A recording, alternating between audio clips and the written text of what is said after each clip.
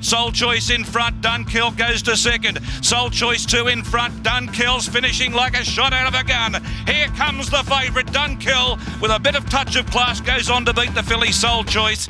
Welcome to Bet Doctor, behind the curtain look at how pro punters operate. I'm your host, Scoot. I'm joined in studio with Happy himself. Happy as Larry. Might start calling you Larry. Nick Ashman's nickname there. Johnny Walter, how are you?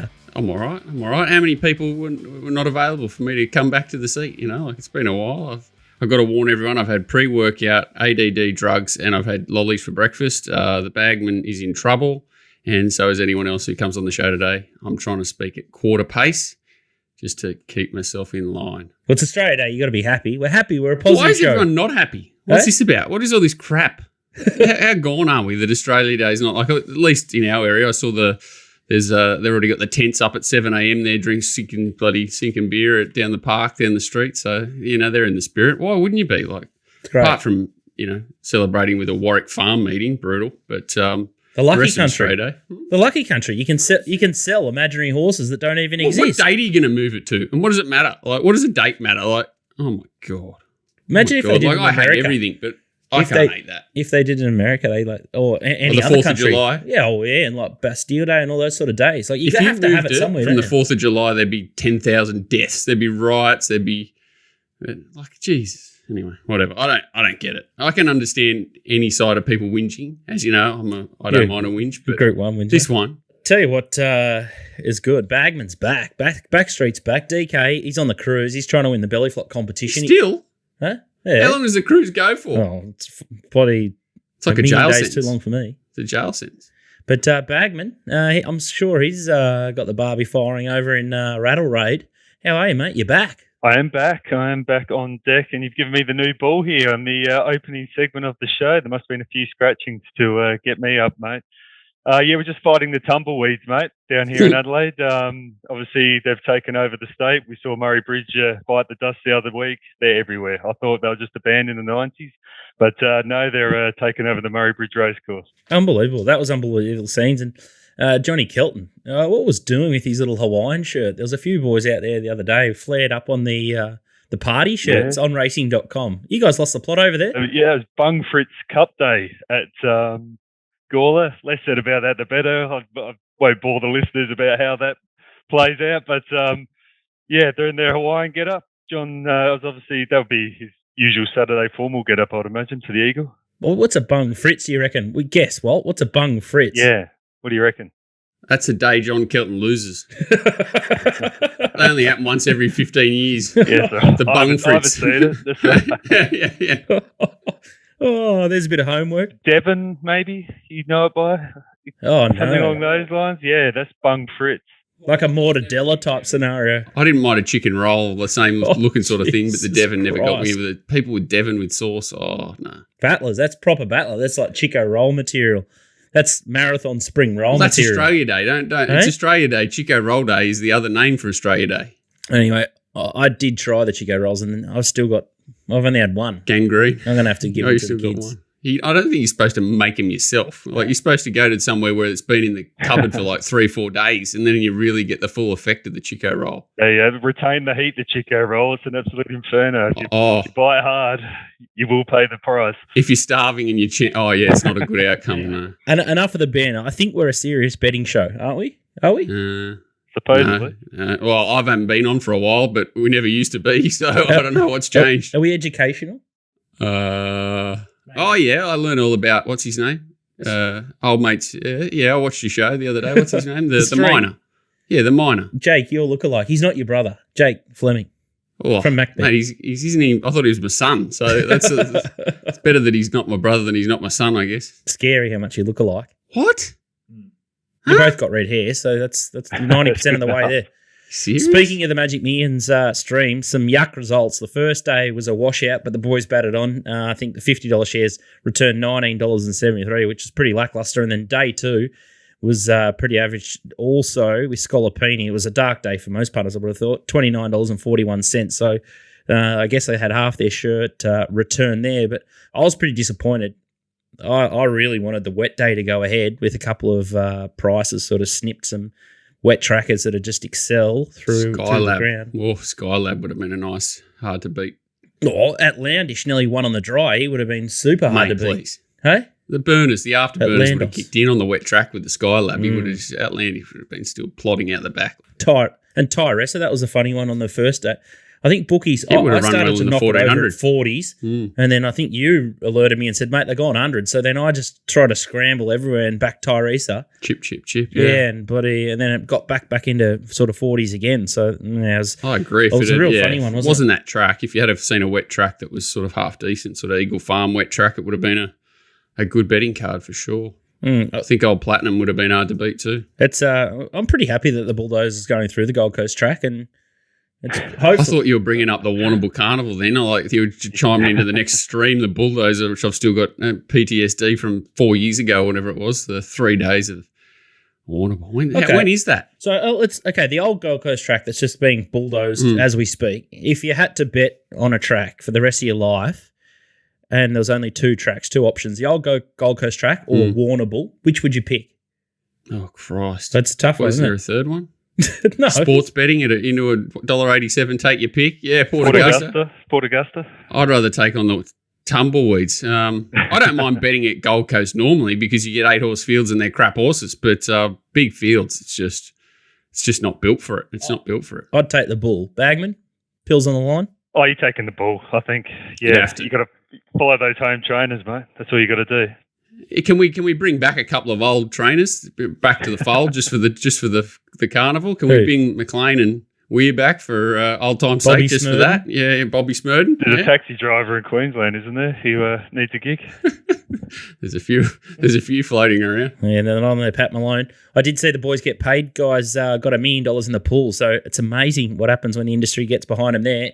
Tell you what, it is a tough one. Obviously, you don't win every stream, but they only had 6 races to operate.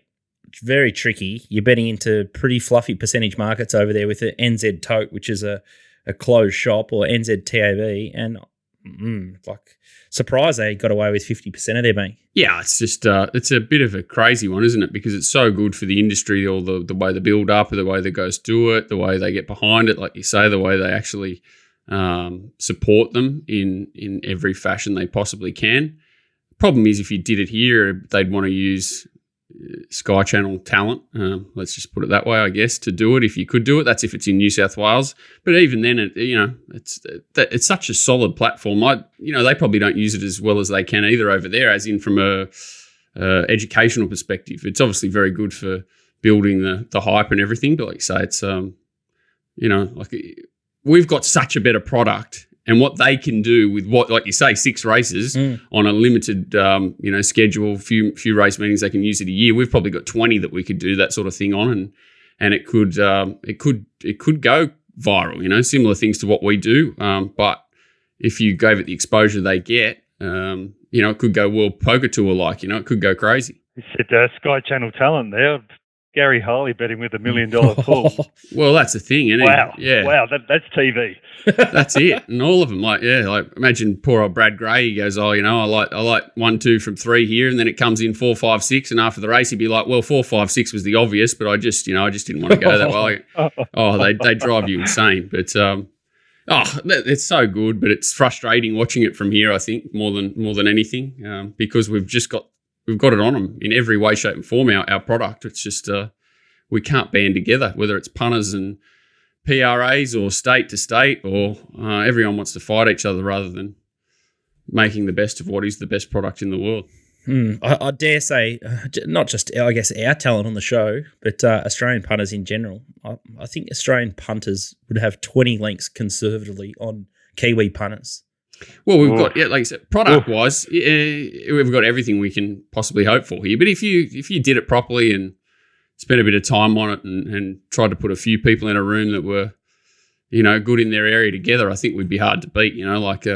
Bagman, Kelton, go to Adelaide, and people that specialise in their own areas. It'd be pretty special, I think, if you package it up pretty well and put egos and differences aside. I think we'd have some good fun with it. I'd even say that the talent out of Tasmania would be able to knock off anyone comfortably in New Zealand. Nico, I might have to check Nico's brands. Nico's starting to deflect.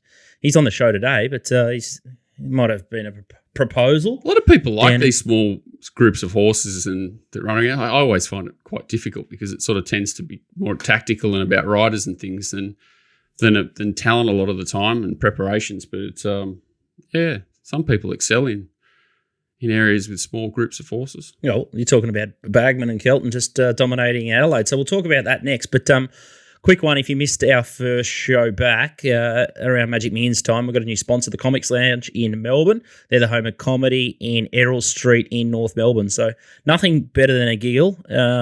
Even Walt doesn't mind a bit of comedy. Yeah, I look at myself in the mirror 3-4 times a day and have a good laugh.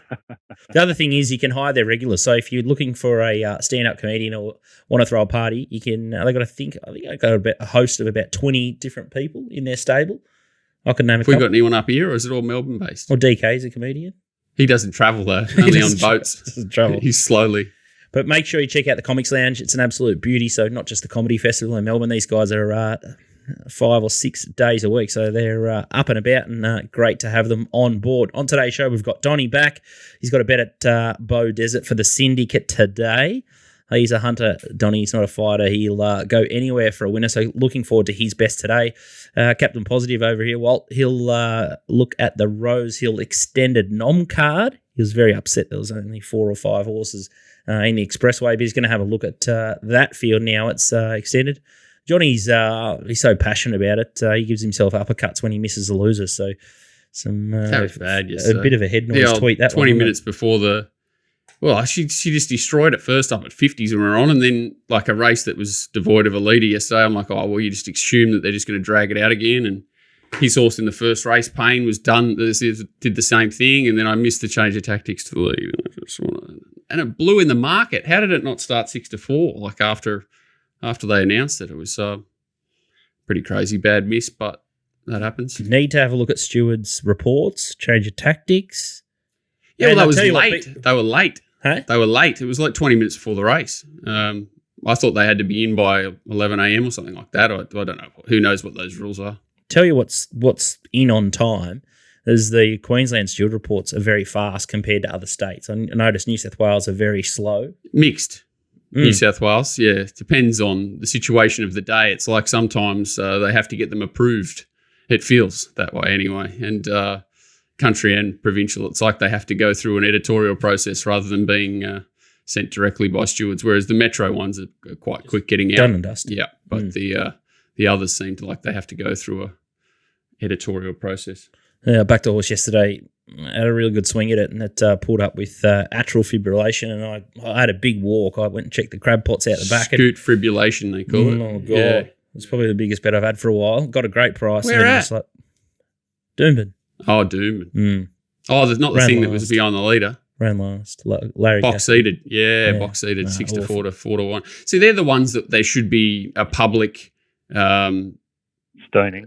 There should nearly be a press release from them over those sorts of situations because they're so smelly horse. It's like $2.50 to $4. Box seats doesn't finish the course. Those horses, like whether it's just a simple thing, vet, whatever, they should publicly follow those sorts of things up just to have confidence from the market next time because it's just too smelly. Betting was cleared. Cannon Hill Horse was had an always- issue. Yeah. Play on. Yes, that's an interesting one. So I think it has to have an ECG and trial before its next start. But it'd be interesting to follow that story and figure it out because looked perfectly placed and the race was won by an absolute camel. So interesting there, but no surprise. Nico's back. He's on loan again, as I said on last week's show, to 927. So he's been subbing in for Dean Lester, who we wish well in his battle with his cancer there. So I think last time I checked the bank there for him, I think it was like 280K. I haven't checked it in the last few days, but it's good to see the racing industry rally around. It's good that Nico can fill in for him through Limited January. narcs too. I expected more narky action against Dean, but it just shows how popular he is because there's always narcs in these sorts of situations. But no one, like say a Tony Brassel, you would be scared how many hours that dude has put into racing over the years. And, I'd never want to see anyone in the position Dean's in, and he's had a lot more trouble over the years than even what he's facing now. But, these guys really do provide a lot of people a lot of fun and enjoyment in an industry that we sort of take for granted. So he deserves everything he gets. So fingers crossed he can bounce through that. Okay, your back bagman, 40-1 winner last week. Murray Alta was a shrewd little find, and it was as you said, tumbleweeds. You had Oakbank, you had that slippery surface. You've had a fair bit to deal with in Adelaide over the last couple of weeks. So hopefully we can get some. Just some stability over there in Adelaide, but it seems a little tricky one with the Oakbank watering of the track there. They might need to rethink a couple of their policies, but you were probably one of 5 people on course there, so you really fly under the radar, Bagman. That's what I like about you. Just an assassin in the bushes. But tell you what is something you need to try is the TopSport new app and mobile site. It's a complete reskin. So if you've been asleep or you've been in the wilderness, make sure you give TopSport a go. They help us with the shows and the streams. So download their new app and give it a spin. It is market leading. It's as good as anyone. And, of course, they're Australian-owned and operated, so they're not a fly-by-the-night operation. Let's start cracking into some races at Morphettville. And the first one we've got here is race 3 on Saturday, and it's Miss Muccini, $2.45 favourite here. Endlessly $3.10. Winning Revolution $4. The Trance Factor $12. Sandbuck $14 and 20s. Or better the rest. Let's have a look at its last start replay here with the black and gold star at Oakbank. Yes, this is Miss Muccini's first up this day. She's always showed a little bit of talent in this filly, but has sort of failed to put it together every prep, and has, as you can see from its first up record, all the wins have been first up. This was first up, got the split around the 200 metre mark and cruised away for a comfortable victory. Look, in fairness, probably didn't beat a lot. There's no world beaters in that field, but this field on Saturday is not a lot harder either. You got horses like the Trance Factor, etc., who are at their level. They're not getting any better. The ones who are lightly raced struggle to win. Endlessly is 1 from 11. Winning Revolutions 1 from 8. These horses probably are no world beaters. Miss Muccini is the horse on the way up. David Jolly could train my daughter's rocking horse probably to win a race at the moment. Lockie Neindorf is a little bit too good too for the SA riders since coming back. Really, it's a good acquisition, and with that 1.5 claim, is really a little bit extra for the punters really to latch onto. So Miss Muccini, and here's my little audition for the Comics Lounge. We'll get the Grand Syndicate's hat on there. I'm a props sort of man, so we'll go Miss Muccini, best bet on the card, race 3 at Morphettville. Beautiful, $2.45. Can it start odds on, this thing? I think it can. Not that we want it to. Or hopefully it drifts out to $6 and bolts in. But I think there will be support for it. Punters want to take that early price. I think they're locking in pretty good value. How does it handle the tumbleweeds all right? It's got any form with the weeds? Yeah, it says tumbleweeds 1 from 1. So nice. It'll be, it's got very good dodging skills. It's got the palming off. Yeah, beautiful. I don't know how that was. Is there any long-term solution for that? Because it's just still out in the paddock, isn't it? Like that could happen again, because apparently there's billions of them out there. As good as the Murray Bridge Racecourse is, it's literally a track in a paddock. So I've only had 15 years to plant trees. So maybe we can start now. It's just peak racing, isn't it? It is. It is just, oh no. That's very reactive, not proactive. John Wayne, like you just feel like they do the showdown at sunset, like, isn't it? It's just the OK Corral. Maybe they could do that, like build a old school, like Western village around the joint to box it in or something. Do you reckon the tumbleweed that hit Terry McAuliffe was legit, or was it? Did they just did one of the racing staff camera crew just go? Richie Callender just thought it was one of his ideas. I think it was an audition for the Comics Lounge. I think that one. It's not a great situation down there. I don't know how they're going to fix it either. But it's hopefully there's no strong winds at Murray Bridge again. Rabbit-proof fence. Who knows? All right, so the Durbridge Stakes is race number 8, and this looks like a hot little field here. And Camel Pass is a favourite, $3.10. It's over 1,100 metres, this one. See You in Heaven, $3.40. Bo Ross, a 7. Calypso Rain, one of my favourites, $8.50. Shimino, $13. Aston Rapova, $13. Ironclad, $15. Now they think he's a sprinter. Parsifal, $19. And one more Jack, $26. We're going to have a look at a somewhat hidden sort of trial. I say that because they didn't really link it up properly on the SA trial site. And just while I can put my 2 bobs worth in, why don't SA trials just get published on the racing.com website? Like, they'll just get more exposure, more wagering, and it'll just be easier for blokes who are lazy as like me to find. But talk us through this trial, Bagman, because I've just had my little drive-by shooting. In this trial at Strathalbyn, Bo Rosser and See You in Heaven are both in this. Bo Rosser ends up winning the trial quite soft, and See You in Heaven running second.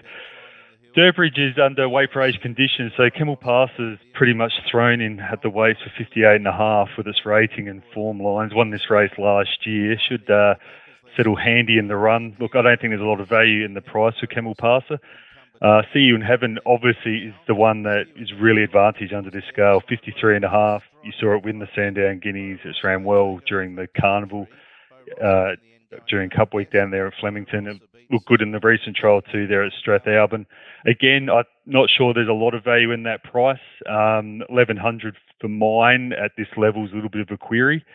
So I think they're both around their mark. I've got Kemmel Passer at $3.10 favourite. And See You in Heaven at around $3.60. I won't be risking them, but I won't be getting involved. I thought the one probably outside of those two was Bo Rosser. I've noticed it has accepted for Moonee Valley. Jamie Carr has been put on at Moonee Valley. Todd Pannell is the rider in South Australia. It'll be interesting to see where they go. If Bo Rosser can get back to that form, the ratings that it's possible, it could definitely take out this race.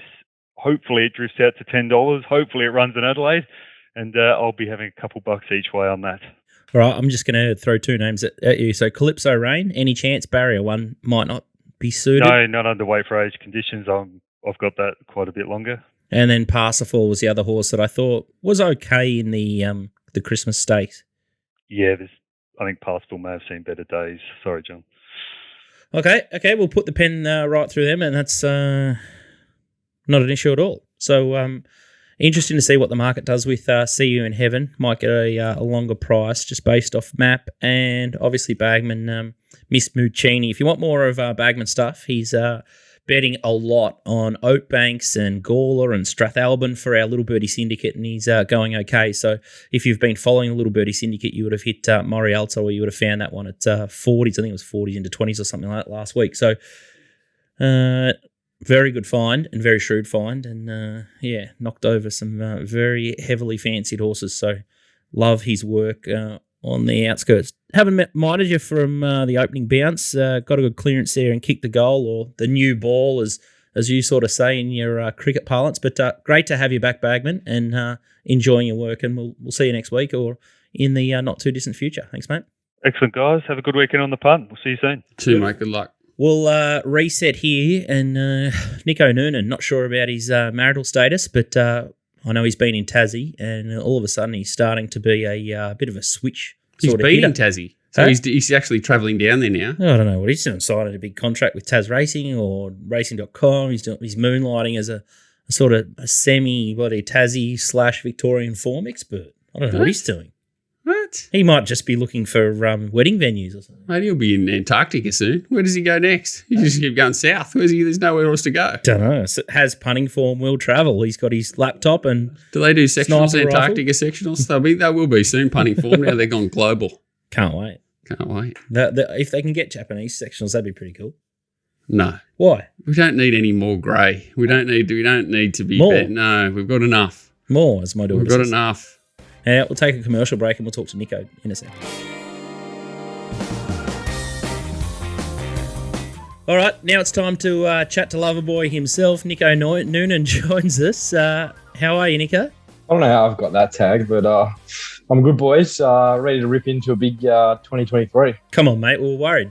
You've been on like a month loan. Sort of like a Does he love his Ronaldo. new missus? Does he love Tasmanian racing? Does he love racing.com? What does he love? 927. Loves it all. 927. Jeez, I tell you what, he's got a couple of hats on. He does. Yeah.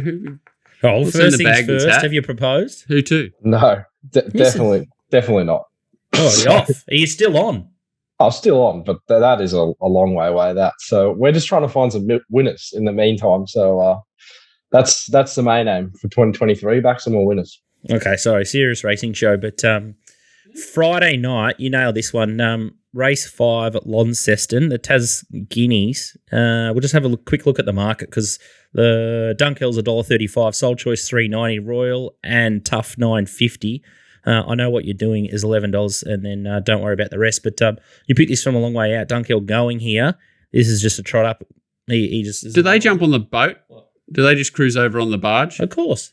Is that all they do? Yeah. Didn't you follow the cleaner? No. The cleaner used to get on the boat every Thursday night, race at the Valley Friday. Yeah, no, it's good. Yeah. That's all right. Mick Burles. This poor horse, like, seriously. Oh, well, it'll win, won't it? You'd think so. It's pretty hard to get held up like it does every start in a 6-horse field, surely. Nico, $1.35, multi-fodder. Oh, yeah. I kind of thought he'd go up shorter, to be honest. He went up $1.50, I think, and now he's into $1.35. I thought it'd more be like $1.20, but given his main danger in the race is Soul Choice, who he overcome massive difficulty to beat last start, now he gets up to 2,100 metres in a smaller field and drawn a barrier where you'd think it's pretty hard for him to get held up. I would be expecting he does start shorter than $1.35. I think a lot of the big punters and the syndicates could get pretty involved with him, as they have in all of his runs, to be honest. So, no, he'll probably go down as one of the best winners of the Launceston Guineas on Dunkel. Someone, we got Jackano racing today on Australia Day, and someone told me he should be $1.20 chance, and I think he's about evens at TopSport. And there's a little promo for all our loyal followers via the email. So if you check your emails there, you'll see something about Jackano if you get it in time. But looks a good thing there. I've seen Dragonstone's into second favourite. That's good. I've backed it. Launceston race 6, though, on Friday night is a horse that was a bit of an eye catcher for you. I've got no market for TopSport, so you'll have to tell us what price you'd be taking about it. But the horse here is Wolf Rain, so it's in the blue here. It's third. It's just sitting in behind the leaders. Just picks them up nicely and just goes whoosh. Yeah, I think by the time most of the punters listen to this show, the market should be out. She's a Victorian horse, Wolf Rain, who's head down to Tasmania. Matt Brown can travel a few of his horses down there, and this is her first up run off a pretty solid jump out at Cranbourne, and then she just put pay to her rivals here. I think this is an okay form race. It was against the fillies and mares, but she really just comes away from them late. You look through her form sort of last race, and she bumped into Shandon Burge and Mere Fancy and even wasn't sort of too far off My Yankee Girl. She's a progressive mare. She's 4 now. I think this stable's are really about to turn a corner. She was a big winner there. They had a winner a few weeks ago at Cranbourne, Designer Dreamer. He doesn't have many runners, Matt Brown, but I think it's a stable you can back with a fair bit of confidence, and I think they're just probably keeping her down there to win a race like on probably tomorrow night, bump her rating up and maybe get into some listed class or group class racing coming up in Tasmania for the mares, which is, I think there's a big meeting at Hobart where a few of them sort of head to. So I would imagine she's on that sort of path, and they'd be wanting her to win tomorrow night to get there. I think anything sort of above 350 is probably pretty takeable. I think you'll probably get that. First up, she ran on the punting form data. It's a near career best. So I'd be expecting her to sort of hold that level at least, and maybe even elevate off it, given she's a 4-year-old mare now. But I was kind of keen to back her. I thought she was the best bet of the night. We could maybe have a small saver, the 2, GG Plain, who will probably get back and be hitting the line. Probably comes through the stronger form references.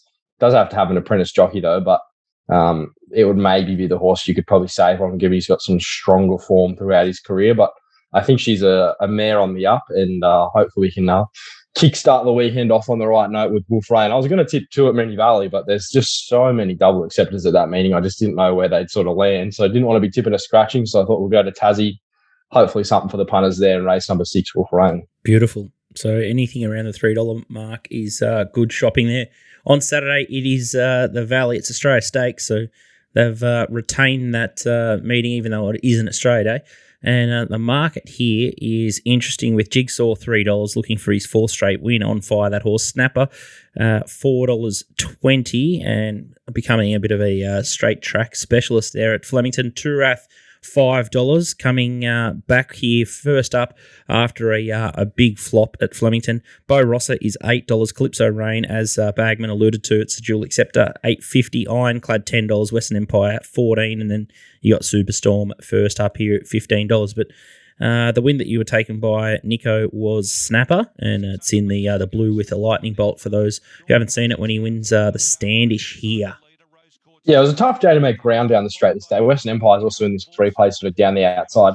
Vespertine struggled to make ground. I'd be probably forgiving of the horses back in the field who couldn't make a whole lot of ground. So I think he definitely had like the perfect storm here to win this race. But I think there's a real case getting back to Moonee Valley.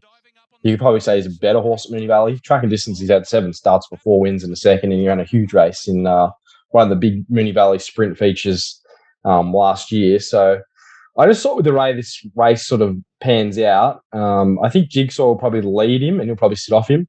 The main play in the race is I think I just want to be against Jigsaw. I think Snapper might just sort of camp off him and gobble him up late with the maybe potential the back markers are just too far out of the race. But Jigsaw's recent form sort of over 1,000, 1,100 metres, especially in this type of grade. I know he won last start in the Christmas Stakes, but he was all out at the end of 1,100 metres. And I just think with the potential of Snapper pressuring him early, I think Jigsaw will probably lead him, but yeah, I think that, McNeil will really ramp it up on Jigsaw and make it a true 1,200 metre test. I'd be looking to probably mark Snapper favourite and think he probably has every chance here, and I'd probably want to be against Jigsaw at sort of $3. I think he could be a good lay. Churath, she ran in this race last year and never seen her in the yard. She just had a lot of improvement to come, so I wouldn't be shocked if that's the same here. She probably gets the run of the race and may just have a bit more class in them, but she hasn't had to jump out, so which makes things interesting.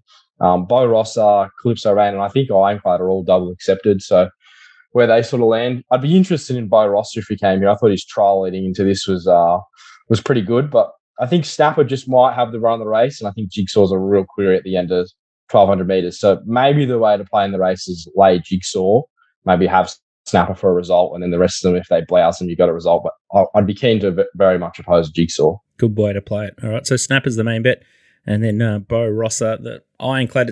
I find it interesting they've turned Ironclad into a horse that can sit on pace here, and I thought the last couple of efforts been good, so he might be one to keep safe in your multis, or if you're brave enough, those same race multis that TopSport now do.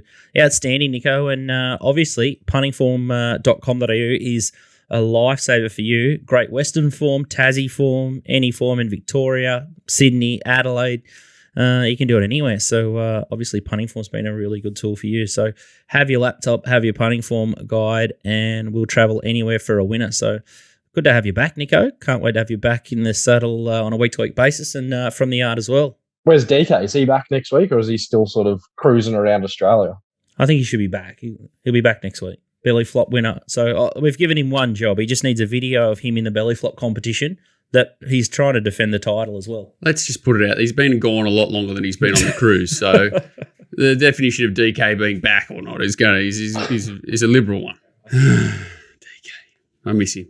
All right, Nico, good luck on the weekend, and it's great to have you back. Thanks, boys. Hopefully a few winners. Fingers crossed. All right, it's time to look at Rosehill. We love it up at North Korea. Well, you've been on fire lately in your Discord and your Telegram group, your racingwatch.com.au stuff is just airborne at the moment. Kalino on the last show that we did a couple of weeks ago. It was a drifter. They took it on, and it just went bang down the outside. So absolutely beautiful. Tell you what, I'm a little bit flat. There's a match race on Saturday, and you haven't even... What's that one? You haven't... you're not going to do the preview for me. Which one? Oh, so the most interesting race is the Highway, race 1. You got A Girl's Best Friend, Okalawasu. How is that a match race? There's about 27 horses in it. King of Spades. What about him finding Luke Rolls for the Highway? That just does my head in. On that tricky horse, like you finally get a chance to put a jockey on it, and you put the sausage on. But, yeah, You very, don't want me very to be careful happy. this time of year that these horses, a lot of them, the ones that are eligible for local qualifiers, they get penalised if they. You just got to have a look at their benchmarks. What I'm saying is a lot of these horses aren't motivated to win to get at this into time the race. of year in certain races, so it's Tricks. desperately difficult to betting with confidence into highway races and these sort of level races in country areas at this time of year, just because how things fall. It's all about ratings. It's all about preparation for something that they've got in mind a lot of the time. Not saying horses aren't trying. It's just that some days are grand final, some days aren't. So, yeah, that is an interesting race. That A Girl's Best Friend and Alaka too. I don't even mind indicative drawn out with J-Mac. Think it'll roll forward and run well. It's probably the one to beat, to be fair, around Rosehill. But, I'll leave the highway for later. It was I know I carry on. It was a pretty tough card, let me tell you. I nearly went Colino again just for it because it's bloody the Waller and third. He broke the second up Voodoo Waller, went bang, bang, Colino, and stays 1,200 again. They've finally worked out it's a 1,200 metre horse, 1,400 maximum, and looks like it'll get a soft run. And if that soft track stays around, it's probably the best suited in the race too. So I wouldn't be surprised if Colino won again. But you sound excited for once about Sydney racing. No, I'm not. I'm saying I'm not, but I'm just am. They're doing a good job up there, though, aren't they? No. Oh, yes. BVL's doing a good job with NRL. They've still got the pay dispute going on. That sounds ugly. I read an article in The Guardian by Nick Tedeschi, and it sounds like they're still at loggerheads, and it sounds like all the NRL players are digging their toes in, won't do any media, and it could drag on into the season. And the only thing he seems to respond to is people that go head-to-head with him. So it's probably going to get worse before it gets better, but it is what it is. Beautiful. I'm very excited about Rosehill on Saturday. Got the highway, but then you got the You'll be Widden on Stakes. King's Gambit at the 140. I wouldn't have thought so. Jeez, it's nice and short. But no, actually, it is probably the most interesting lot of 2-year-olds we've seen. There's actually quite a few debuting in Melbourne today, which is interesting. I saw what Anthony Friedman say. They've only had two 2-year-olds come through. They've got 6 run today, I think. So, yeah. Maybe this is the year when post-Christmas 2-year-olds come to the fore because we haven't seen a lot. Trying to work out whether that Platinum Jubilee, I can't remember the name of Golan's horse because it destroyed my life. Skirt the Law. Skirt the Law. It looks a very nice horse. Whether that form's strong enough for slippers or after Saturday we'll be talking about horses like, King's Gambit, Learning to Fly, these sorts of horses which do look, right on the up, perfect proposal. So I think Saturday is going to be very pivotal for, the slipper markets and those sorts of things. Obviously it will be, Widden and Canterbury or whatever it's called. They're always great lead-ups, but this year looks more important than most. Just on the Magic Millions, it was interesting to see MacBet twist themselves up with that Skirt the Law. They liked it the week before. I guess probably price-driven, $15 into sort of $6, missed the price there, and then the races get called off. Then it opens back up $6.50. The bookies learnt the trick. Horse comes out and wins, and then you got the hard luck story, Platinum Jubilee, and then some love it. Even Tristan's horse went enormous as well. Yeah, well, the favourite was just ridiculous. Like, it was just stupid price, no matter what happened in the race, and that was kind of what attracted me more than anything to bet in the race. And I was actually surprised they sort of didn't go with it, just from listening to Johnny McLeod before the race give glowing he wanted to take the horse home. Yeah, and that's often, and he was a knock on Platinum Jubilee from a maturity perspective too, so it was kind of a bit of a default play, wasn't it? Because it was sort of, as we went through it, there weren't many horses that were winning chances, and it ticked a few boxes, 1,200 metres. So maybe in hindsight, it was one of the the old uppercuts that I'd like to give myself. Probably like his time over again. And so would Reggie. But I was actually a little bit surprised that Empire Japan kept coming. No, so it was in the right spot. It was never going to win, but it was still just like it was in the right spot. I'd written it off like 4 times in the run, and I'm like, it's still sort of just trying to whack away. Yeah, well, that's it. Like, it was a 10-15 to 1 chance. It was always going to run okay, a bit similar to how it went first up. It's just, it wasn't a horse that seemed to have a lot of upside compared to the rest, and it just couldn't start favourite. Good race. It was an interesting race. Anyway, Rosehill Race 5, the Widden Stakes. We'll get back on track here. Learning to Fly is a favourite here, $3.90. Perfect Proposal, $4.20. Cigar Flick, $6.50. Steel City. That was a heartbreaker for the first day for the MacBet team, $7.50. Ran second. Looked like it had every chance. Divine Glory, $9.50. Dipsy Doodle, good name for a horse, $13. Just Glamorous, Gaybot horse, $13. I think it was vying for a Magic Million start and didn't get a run from memory. And then you got Steffi It was the Magnetica. second emergency the week before. Didn't get a run in that. In and the stablemate came out and won the race. Yeah, in the week before the Magic Millions race. That's right, correct. All right, that's the market there, and we're going to have a look at a trial, Learning to Fly, the favourite here on the 16th of Jan, Coolmore Dark Blue. Got the full version of this, so it's on the inside, so dark blue with a grey cap here. So these two horses have trialled sort of head-to-head twice this time in. So Perfect Proposal, I think it ran second to insert name here. Was it Platinum Jubilee or was it that race? I'm not sure. So its form, I've got it right in front of me, probably helps. So yeah, it did run second, led in that Platinum Jubilee race. Looked quite immature there, so a horse that you sort of wanted to keep an eye on this time in. Drawing a line through that, obviously the form's pretty strong. This horse, Learning to Fly, is coming around heels now. Sort of cruised with Platinum Jubilee, their first trial. This time given a bit of a dig, but the inside horse has also clicked up. And whilst, this horse is bit green, certainly head on the side. What's it? Yeah, it's hard to sort of see whether he tried to half shut it down or what went on there. But I do think this horse has looked like it's got the wood on Perfect Proposal in both its trials. Obviously, Gay's horses, tend to improve race day and sort of their trial form carries on to race day. So I don't. I think what I'm trying to get to is that I don't see it turning the tables if they have the similar sort of luck in transit here. Obviously, Perfect Proposal will probably be in front of Learning to Fly in the run, but I don't think it's devoid of speed. You watch its first trial, it sort of bounced with Perfect Proposal there, and maybe it's a little bit slower away there, but it's sort of drawn in a nice spot here where it should get a good card across just behind them from horses like Cigar Flick. I'm assuming Just Glamorous will try and head forward. Obviously got back its first start, but that was a bit of a cast ride from our friend Shuey. And then, I think they'll run along here, a horse like Steel City. It's just, this is the horse that stood out to me as one that looks like it's going to had been given the time to sort of strengthen up and is a strongish looking 2-year-old, which is what we've been lacking. And that was probably the deciding factor in races like the Magic Millions. Obviously, that winner was in the right spot, but looked super strong, and I think that's what won at the race.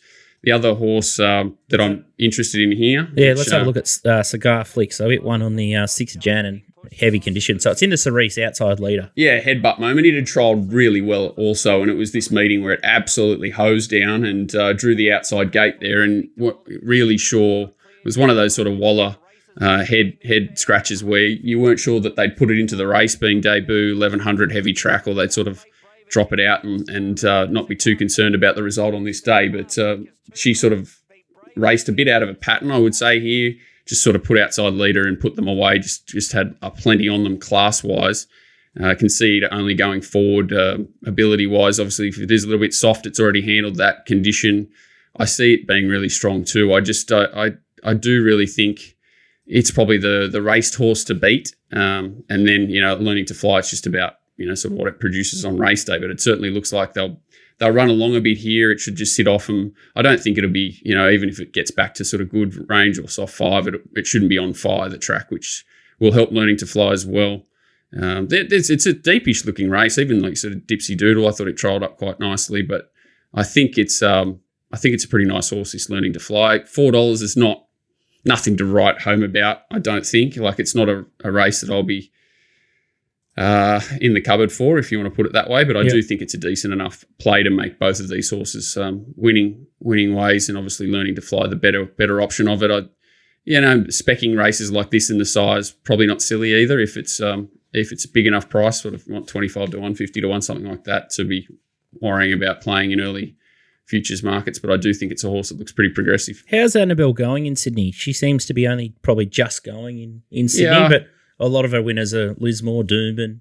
If I can be critical about these sorts of trainers these days, I just think she's just trying to grow a bit too quick. How can you have your eye across 5, 6, 7 different stables in 2, 3 different states? And as I heard during the week, they're building 400 boxes at Scone or 200 boxes at Scone, and apparently they've got Ma and Neesham earmarked for 100 each. So I don't. If I trained, or if I had a horse, I would never give it to any of these trainers that sort of aren't centralised and have I would never give a horse to any of these stables. I find it hard to really line up a lot of their horses, but they do tend to give a lot more attention to their top liners, and they're the ones that seem to be more consistent. So you definitely take them seriously in bigger races. It's just when, like you say, when they're sort of the horses that are going out wide, do they really care about them? Have they slipped through the system? I think a lot of horses could be placed better in more boutique side of stables as well. But if she's training winners, she's definitely not a bad trainer or anything like that. I just don't like the way they do things. I just don't think it's ideal for all of their horses that go through their system. So a lot of things are missed that wouldn't be in stables that are more boutique. Okay, Widden Stakes, so Dutch play there, Learning to Fly and Cigar Flick. And a little bit of a rant. I sort of baited him and I got my fish there. Race 8 is the Expressway Stakes, and we've got a big field, 9 runners here. Golden Mile's the favourite. I nearly fell over when I saw the price, $2.20. Forbidden Love, $2.80. Maramia. Jesus, it's shortened up. What's going on there? Maramia, $4.20. Pizarro, $10. Nicoloni, V2. Gee, I tell you what, this horse goes around a lot and it goes around at short odds all the time. $20, much, much better, 61. And forget about the rest.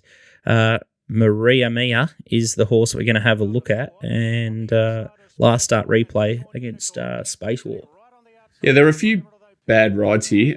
This horse shouldn't have been able to win this race first up doing what it did. And it's a perfect horse that Joe Pride's got hold of. A talented horse that he just puts his polish on and adds a length or two and it's, what has it had? 34 starts. It's quite insane how good Joe Pride is at getting horses at this stage of their career and adding a length or two to them.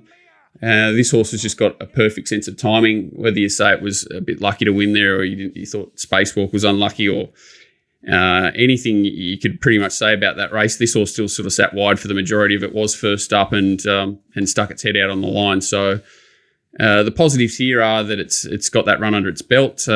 I'm with you. I think Golden Mile, when you go through its form, the depth of it is very, very questionable.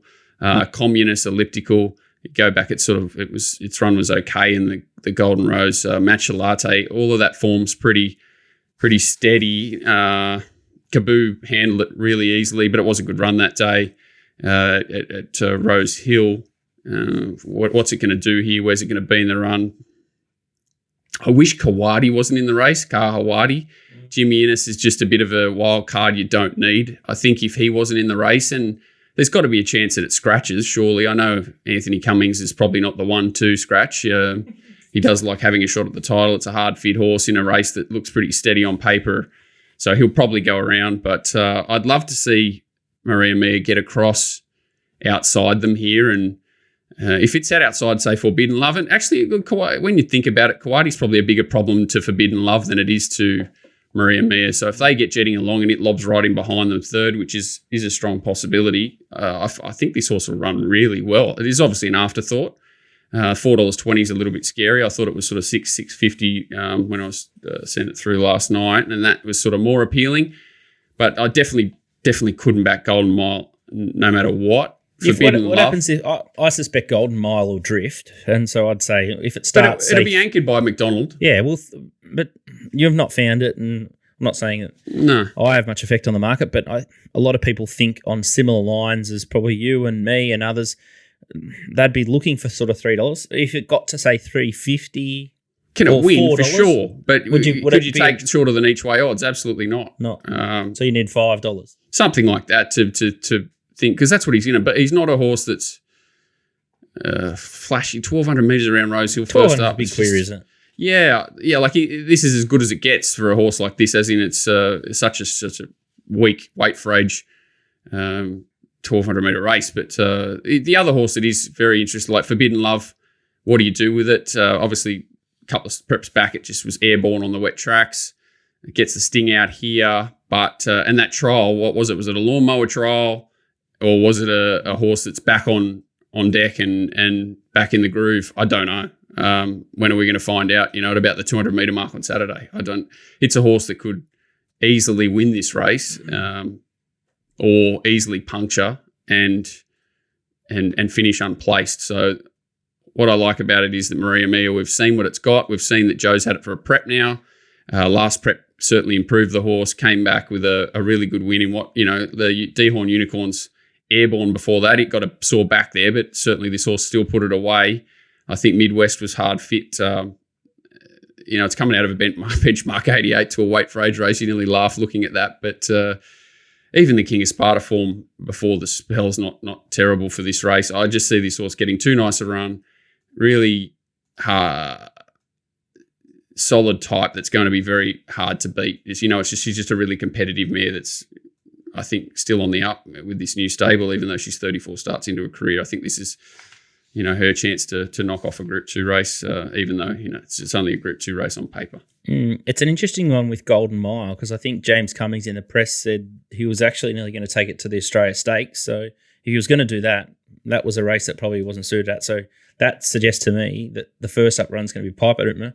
And I think his Guineas is, I think the Australian Guineas in March is the target race. So mile over Flemington will be his go. So I think this horse will be a mile away from being cranked up, and he might go through races like the CF4 or Futurity on his way to that sort of scenario. So I think he's a great lay at the price, and I think you could. He just didn't scream out like he didn't scream out as a weight for age star on the rise, did he? Like he's not. He didn't scream out like a Lonhro or exactly. He was really well placed. That last race was horrendous. Whatever that thing was that Calendar Presnell was, it used to be called the Bondi. I know it was $1 million race, but it was just terrible. Didn't he fall in that day? The Caulfield Guineas. What was that? Elliptical probably should have won that one. Yeah, what was it? He was in the perfect spot. I don't know what he is yet. I don't know how strong all that 3-year-old form is. And as you said, it may win this race because it's purely by default. If Forbidden loves Cactus and Maria Mears just a Saturday horse, which is all she is really on paper. She's a listed Group 3 probably horse on form. Is that good enough to win this race, or is Golden Mile? It's a bit of a nothing race, but I thought sort of $5-6 Maria Mia was okay. $4.20 again. It's a bit like the other race. There's not a lot of meat on the bone, but don't be scared to play away from the faves if you think you've got an angle, just because it does look like she could get annoyed by Jimmy Innes. There could be an opportunity there for an upset in this race for sure. Pizarro's not really a horse that I tend to find, but it's a sort of horse that's a bit sneaky here, isn't it? Pizarro weight for age, seriously. But it's a pretty weak group too. Yeah, it could just sneak along behind him and expose in 200-metre sprint. It's just one of those races. Right, if you think John's talking a lot of sense, you can check out more of his action at racingwatch.com.au. So if you're full sicko mode, you can get into the Discord channel and talk about racing 24/7. Some of the blokes in there just don't sleep. I think there's a couple on their bucks this weekend, so a bit of a shout out to those guys. They're going crazy. And then if you don't want any head noise and just want the alerts, make sure you head to the Telegram group, and you can just get the best bets just rolling in. What about that fella? They're backing up off a big night onto the boat. Yeah, that can't be a good daily double. Seasick galore on the hangover. Oh, and the old skipper trick. They give you a can of Solo if you're hungover, and all the sugar in the Solo and the rocking of the boat, you just power spew straight away. So that's the idea is to get it out. Yeah. I've seen a couple of blokes stitched up and just go absolutely green when they go, "Hey, how you feeling today?" "Oh no, I just need a drink before we start drinking beers again." They give them a Solo and then bang, it just poof, just comes out. Oh yeah, good. Yeah, so I don't know about jumping on a boat on a bucks. I think I'd rather be on terra firma there. With DK, get out with DK. Get on the big boat. At least you don't feel like you're rocking and rolling too much. DK's airborne on the cruise. He'll be back next week. Time for Donny's Best. G'day, gents. Donny's here with the best bet for this weekend's racing. We're going to Sunshine Coast on Saturday. The best bet comes up in race 1, number 4, Aristella. It trialled very good before it raced in its first start on the Magic Millions Day in the 900-metre debutante race. It was that heavy track the day it got called off. It missed the start and got a long way out of its ground. It still ran into some of the best late sectionals, the fastest last 200 of the race. I like the wide draw here with Tegan taking the ride. I think that means they'll roll forward from the wide gate. If they end up on speed, it's a moral to run a play. So I'm happy to back this horse each way. It's about $7 now with TopSport, so it seems a nice each way play. Sunshine Coast, race 1, number 4, Aristella on Saturday. Good luck, boys. Completely sick here. And it's gone, 900 to 1,200 metres? 900 to 1,200 outside draw at the Sunshine Coast with the longest straight in the world. Up you go, Donny. He's a thrill seeker. And he wants it to go from going back in the 900 and running on to going forward in the 1,200. Those sorts of things start shaking. He was a bit unlucky on Saturday. He hopped an Aiden Thompson. Beauty. Absolute special if you go back. And Capitan Decida was the horse last Saturday. I think it was at Gatton. Go and have a look at that replay and tell me that horse wasn't Gatton. Just dead as a door. It was a shocker. I just don't know.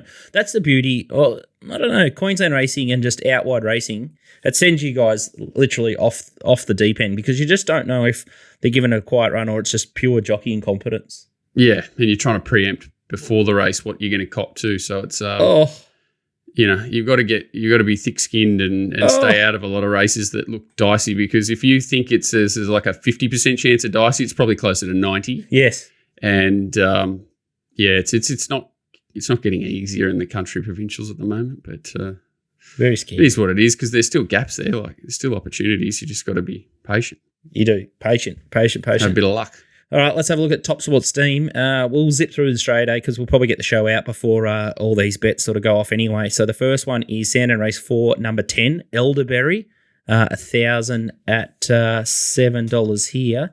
And I like the addition, now 480. That's a revelation. Yeah, you like that? I like it. So that's an interesting one. And that one's from the Freeman Yard. Ben Mellum's on. Is that a 2-year-old? Yeah, well, it's back out to $5.50. So it's $7 into 480, back out to $5.50. Just to update that. Is it against the instructor, or is it in the other one? Race 4. No, it's against Aditi. That's Gaze as well. Yeah, okay. Gay's got a lot going around at the moment, and she's doing really well. Yeah, it's a bit of Gay versus Friedman there today. It's in, I think, maybe James Cummings has got a couple in as well. Race 5, number 4, Regal Pom 500 at $8 now for 60. Yeah, not one of my sort of horses. It's a pretty, it's a horse that needs a lot to go its way to win races, but it is strong. So not going to knock it too much. Pretty open race. Here's a great bet. Sandown Race 6, number 4, Dragonstone, 350 at 10. So why'd you only have 350 on it, you weak dog? I'm not just betting there. 650 now. I think it's 750's long gone too. It's I think everyone's nailing down that Star Patrol may be a little bit vulnerable today, and what's the other horse? Call the Card or something on the lead. On the lead, maybe nice and strong late there. So that's a nice betting race, but $10 certainly looked very attractive. Saturday, Rosehill Race 9, number 2, Major Artie, 1,600 at $4.20. I think that's the race where there's 8 horses that are dual accepted or better that are in at least 2 places. So, I definitely won't even look at that race until it's finalised. But he's going well enough. He looks like he's returned well, nice and strong. Another uppercut horse, which when I didn't buy him at the sales for about $35,000 or something. I think we had him priced at $150. But anyway, another uppercut. We battle on. All right, so that's race 9. You got Bold Max, Saigon, Niffler, and a few others in there. So, I think we've been positive enough on this show. A couple of drive-by shootings. Me trying to get the SA replay trials onto the racing.com. Yeah. You gave Annabelle a little half. It's weird, like what you say. It's just little things like that. It makes such big differences. There's a horse, I was doing the form for Emerald or whatever you say, a couple of races, but the horses had trialled at Rocky. Some of the trials are in Racing Queensland site, some aren't. The rest are on Callaghan Park website, which is Rocky Race Club. So they're available. They're there. They're just not on the main site. So all you have to do is give whoever's in charge of Callaghan Park's website the link to upload them to the main site. Everybody's happy. Like same thing with racing.com and Adelaide. If someone's going to the trouble to put them up. Yeah. You just want bulk exposure for bulk betting. You just want it easy as possible for everybody to become more involved in every way, shape or form, to become immersed in racing, don't you? So you don't want to make it difficult. You have to. If you can have one website instead of 6. Let us bet.